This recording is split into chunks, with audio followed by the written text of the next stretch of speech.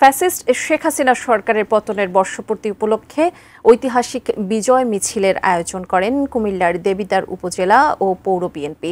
র্যালিতে প্রধান অতিথি হিসেবে উপস্থিত ছিলেন কুমিল্লা উত্তর জেলা বিএনপির সাবেক সিনিয়র যুগ্ম সাধারণ সম্পাদক ব্যারিস্টার রিজভিউল আহসান মুন্সী। এ সময় শেখ হাসিনা ও আওয়ামী লীগের বিরুদ্ধে নানা স্লোগান দেন তারা।